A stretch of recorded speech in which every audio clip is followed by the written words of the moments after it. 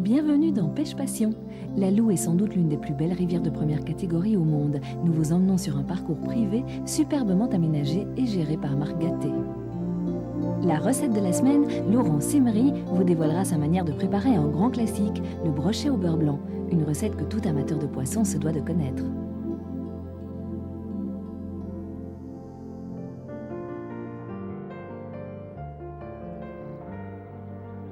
La Loue est une fantastique rivière dont le parcours se partage entre les départements du Doubs et du Jura. Sur la quasi-totalité de ces 125 km de parcours, on trouve de la truite. Et pas n'importe laquelle. De la truite sauvage, des fariots magnifiques et ces extraordinaires truites indigènes, les zébrés, si caractéristiques, issus d'une souche originaire du bassin méditerranéen.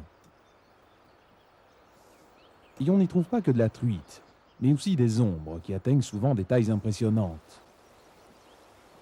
Autre phénomène à peu près unique, les repeuplements artificiels, qu'ils soient le fait de particuliers ou d'AAPPMA, sont pratiquement inexistants.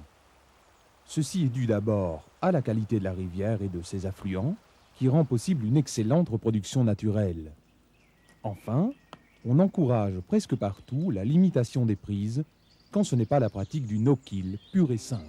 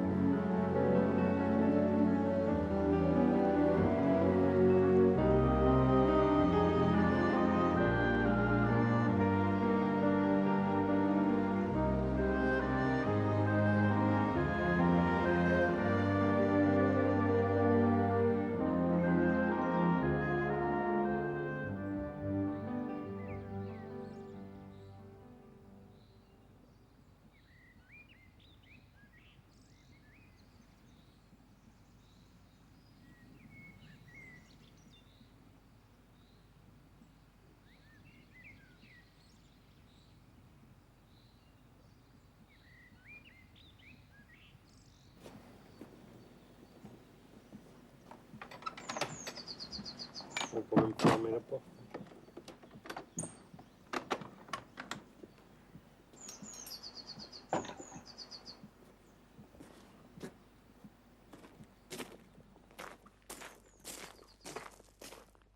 La région dans l'ensemble est une très agréable région, vous avez pu le constater par vous-même. C'est très varié au point de vue site. Il y a les gorges de la Loue, principalement, c'est un site extraordinaire. Et vous avez la vallée de la Loue dans sa partie inférieure, qui est très agréable aussi, ce qui s'appelle le Val d'Amour, près des salines d'Arquestan. Ici, c'est une région très tempérée, on ne peut pas dire qu'il fasse des hivers très rigoureux. On a un petit peu de neige, 10-15 cm, qui ne reste pas longtemps. Et l'été est très agréable.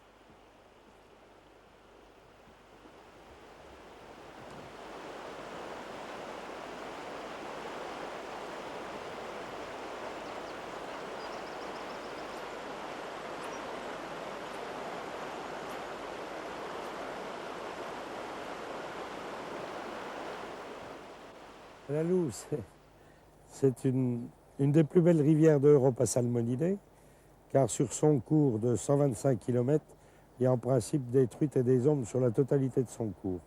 Mais j'avouerai que nous sommes sur la partie moyenne de la vallée de la Loue, et c'est certainement une des plus poissonneuses. Pourquoi? Parce que ce sont déjà tous des lots privés qui ont une politique de pêche totalement différente de celle des associations de pêche. C'est-à-dire que depuis des années, les prélèvements sont plus régulés et l'entretien de la rivière dans ses berges, dans son fond, et l'entretien des frayères est beaucoup plus réglementé. C'est-à-dire qu'on fait attention à ne pas pêcher où les poissons ont frayé, ne pas aller dans des coins où il y a des alevins.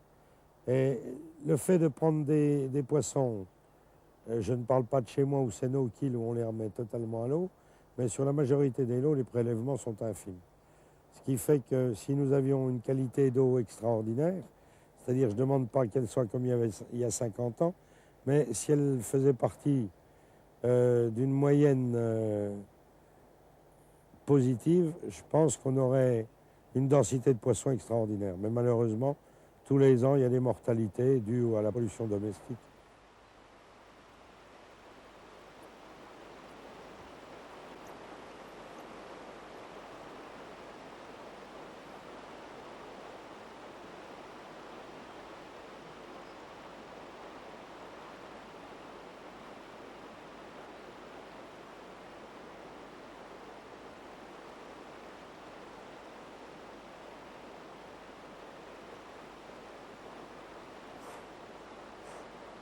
Je sèche ma mouche parce que nous pêchons comme mouche sèche et sans ardillon. C'est-à-dire que la mouche pique et n'a pas la barbe qui retient dans la chair de... Alors sur une mouche comme celle-ci, un cul de canard, il faut faire attention qu'elle soit toujours bien sèche pour qu'elle soit en surface. Bon, on va monter un petit peu là. On va aller dans le courant.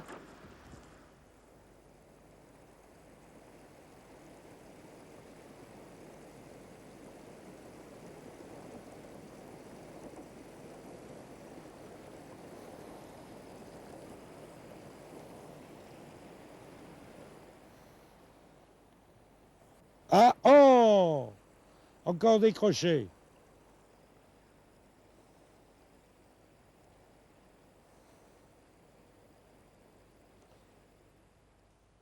Rien qui mouche. Hein.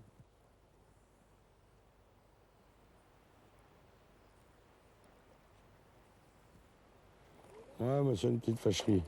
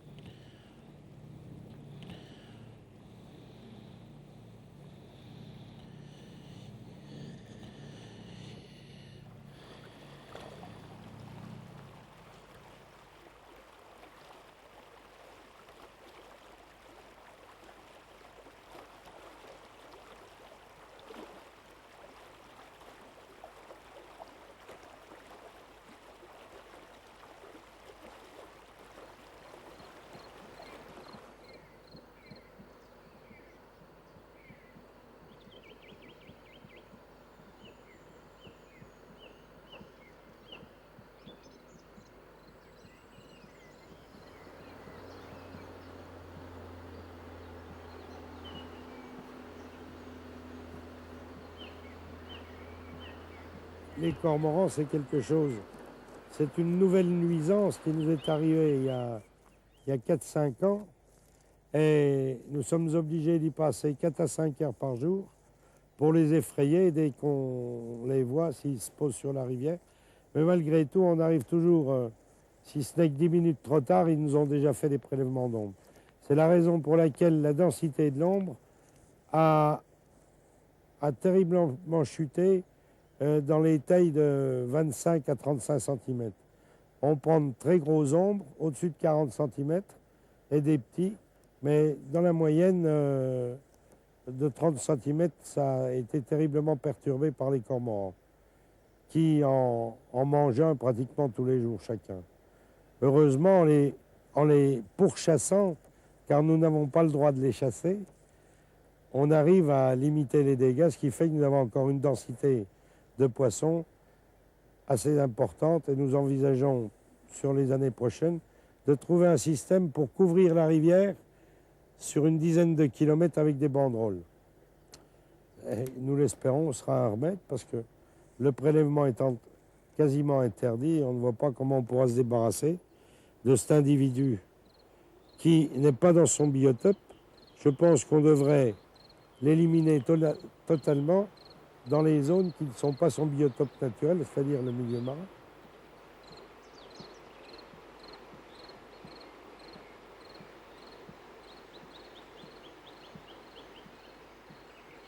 Moi, ma prédilection va pour la mouche sèche, mais je considère qu'un pêcheur au verre, un pêcheur à la cuillère a le droit de rétro aussi.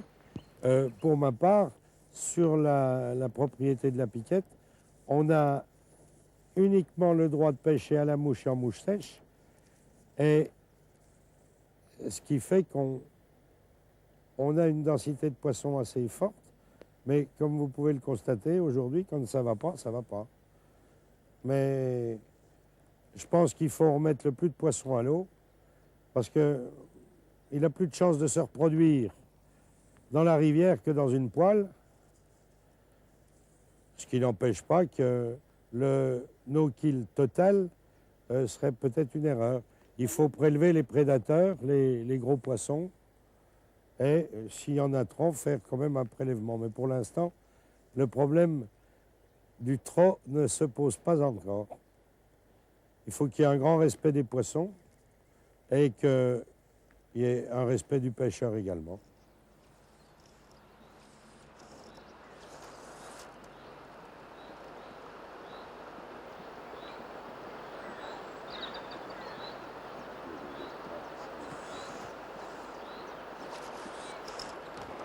Oh, c'est tout petit. Alors on le tient. Là.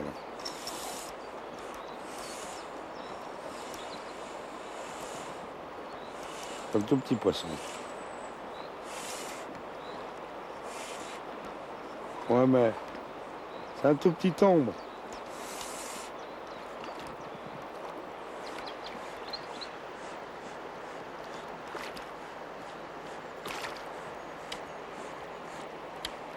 C'est un tout petit ombre qu'il faut qu'on lâche avec 1000 précautions.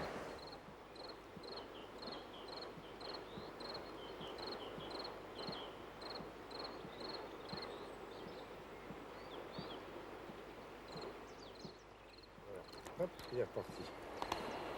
Parce qu'ici, comme on pêche en no-kill, mais de toute façon, ça c'est un poisson qui est trop petit, qui n'a pas la maille légale.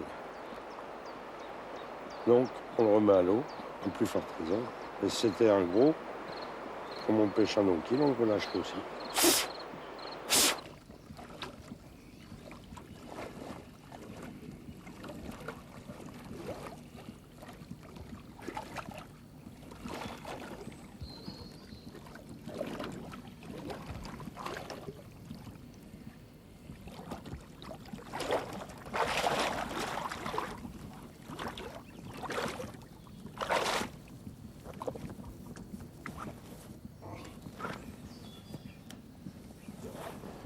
On va partir là en fait, c'est mieux pas.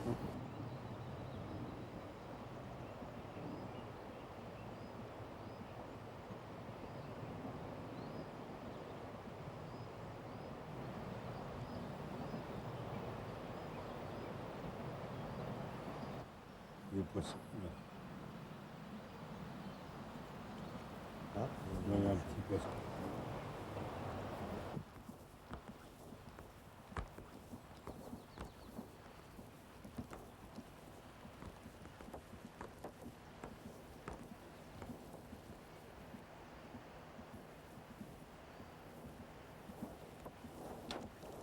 Ah, c'est un plus beau poisson, ça.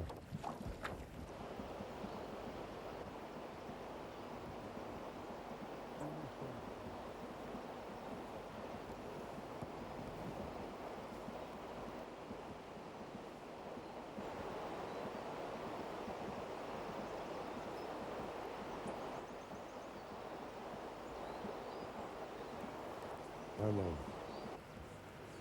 c'est pas bien gros. Hein.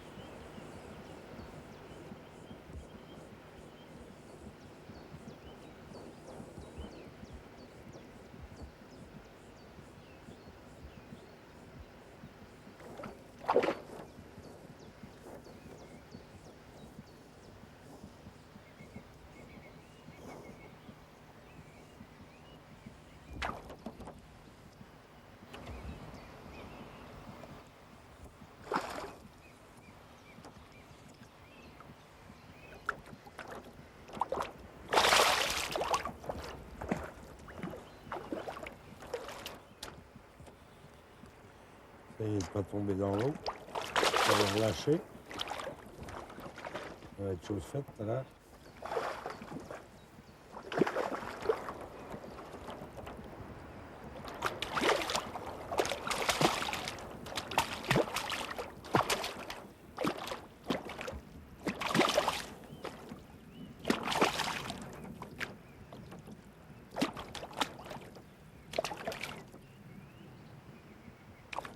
Et voilà, il est reparti.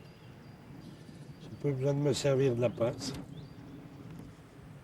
Alors il est un peu stressé, là. Il va repartir.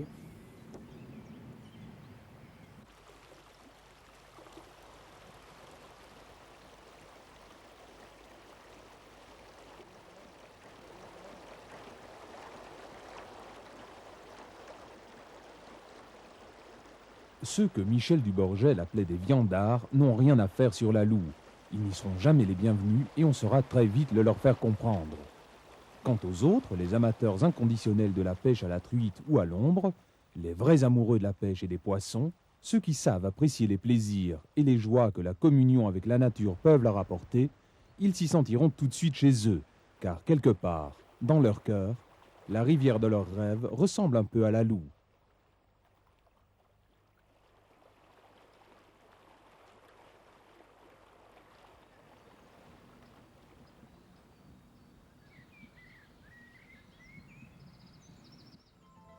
Laurent Simery vous montre comment préparer le brochet au beurre blanc. L'originalité de sa recette réside dans l'accompagnement qu'il a imaginé pour ce grand classique de la gastronomie française. Bonjour, je m'appelle Monsieur Simery Laurent, cuisinier au restaurant Grand Cerf à Erdé, dans le département de la Mayenne. Aujourd'hui, nous allons faire une recette classique, un brochet au beurre blanc, avec une petite touche d'originalité, de pommes de terre lardées. Nous aurons besoin d'un brochet, du lard, des échalotes, des pommes de terre, du beurre, fleur de sel, poivre et un vin blanc sec et du vinaigre de vin blanc. Alors première étape, on épluche les échalotes. Là elles sont toutes ciselées, toutes prêtes. Donc on met les échalotes dans la casserole. Nous mettons notre vinaigre de vin blanc.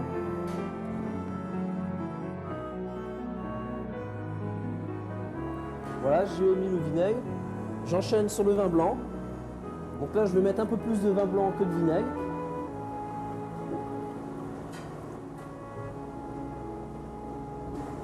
Pendant que notre réduction réduit, nous allons préparer les pommes de terre. Donc, on prend 4 pommes de terre, le lard. Alors, les pommes de terre, vous les épluchez, avec un économe, tout simplement comme ça. Voilà.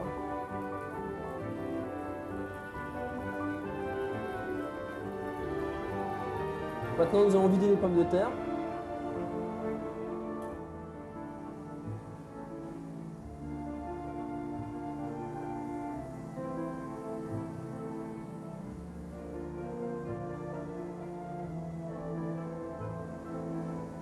Nous allons tailler le lard en des aiguillettes de façon à ce qu'il puisse rentrer dedans.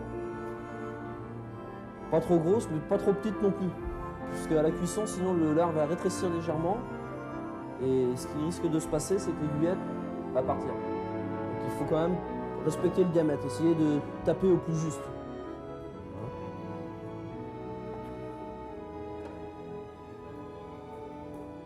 Donc là, on l'incruste.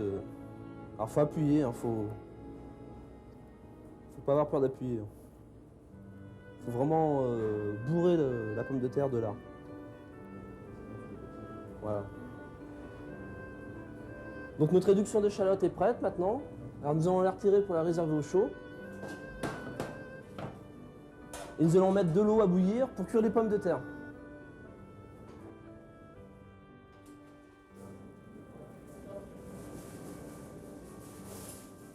Donc nous allons cuire les pommes de terre.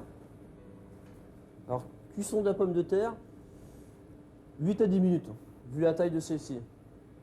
Sachant que la pomme de terre, il faut tout de même qu'elle soit pas trop cuite, parce qu'on les terminera dans du beurre en fin de recette. Maintenant, nous allons passer à l'élaboration du beurre blanc, à proprement dit le montage, monter au beurre. Donc le beurre, il faut le couper en petits cubes, soit avoir une émulsion régulière.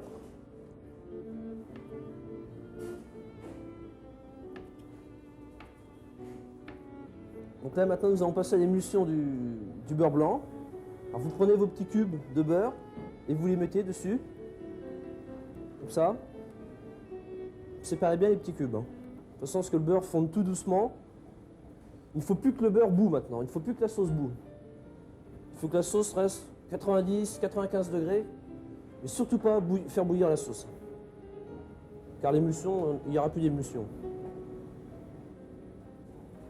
Là voilà, une fois qu'on a vanné la sauce, on va prendre un petit fouet, de façon à bien la fouetter. Voilà.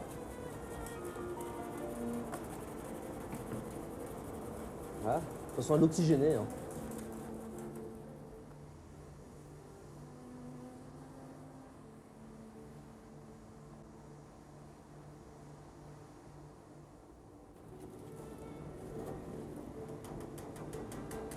Donc voilà ce qu'il vous reste, une fois passée la sauce. Donc on goûte pour vérifier l'assaisonnement.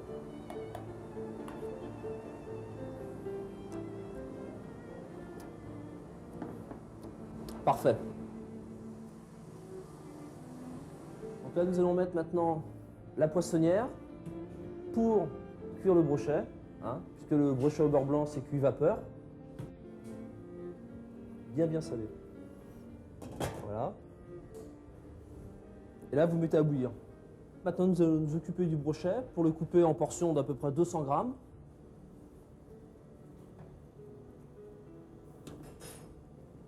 Voilà. Voilà nos 4 morceaux de brochet. Alors, vous salez un petit peu. Voilà. Un petit peu de poivre.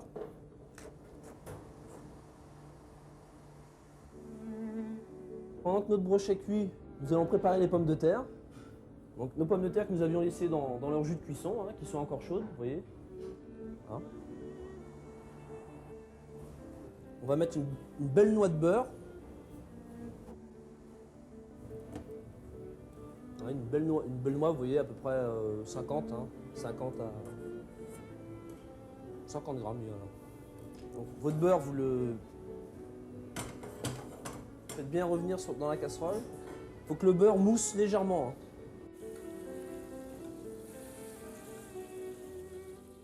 Maintenant, nous dressons notre assiette. Nous allons mettre la pomme de terre. Voilà. La pomme de terre, vous pouvez la mettre à côté. Comme ça. Voilà. Et ensuite, votre sauce, votre beurre blanc. Tout simplement.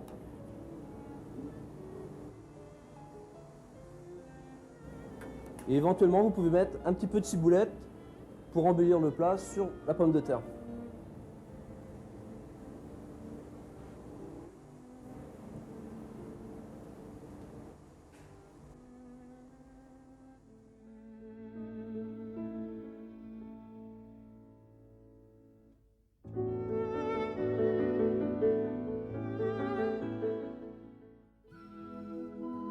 La semaine prochaine, Pêche Passion vous emmène sur la Mayenne pour y vivre une compétition de pêche à la carpe par équipe. Pour la 3e année consécutive, des carpistes vont s'affronter pendant 66 heures. Tout comme ces passionnés, quelle que soit la météo, gardons la pêche.